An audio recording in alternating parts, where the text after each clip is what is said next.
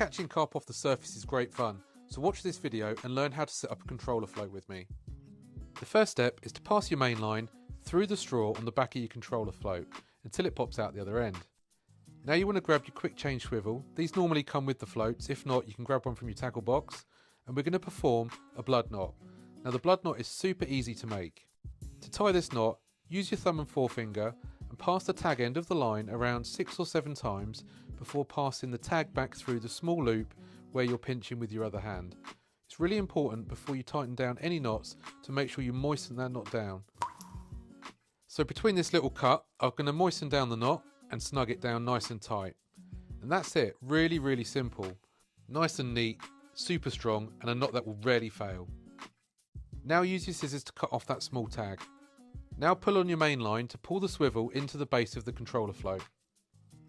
Now what you want to do is cut off about 2 to 3 feet of cruiser line. Grab your hook of choice, and now we're going to do a knotless knot to attach that line to your hook. Pass the small tag through the front of the eye of the hook and start whipping, and you want to go round again 7 or 8 times. Pass the tag through the eye, but this time towards the pointy end of the hook. Grab your little knot puller and just snug that down nice and tight. Again, we can cut off our tag end, and now we want to use an anti-tangle sleeve. Feed that through pointy end first, and we can just drop that down just for the time being. Now we're going to create a figure of 8 loop. So double over your line, pinch, push together to twist and make a loop, turn that loop 180 degrees and pass that small tag back through both of those loops. And as you can see, when you pull it tight, you've got a figure of 8. Again, wet down your knots before you snug them down tight. A little nip up with the knot puller is all you need.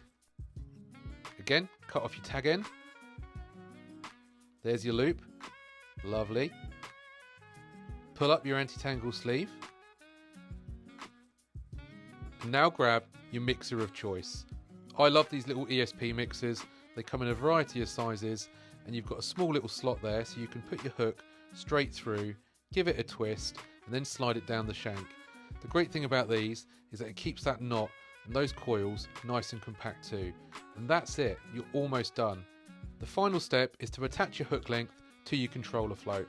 So over your quick change swivel you go, pull down your anti-tangle sleeve, and you are ready to get that cast out and catch some carp. So ping out some dog mixers, get this over the top of them, and I'm sure this summer you'll be catching carp all day long.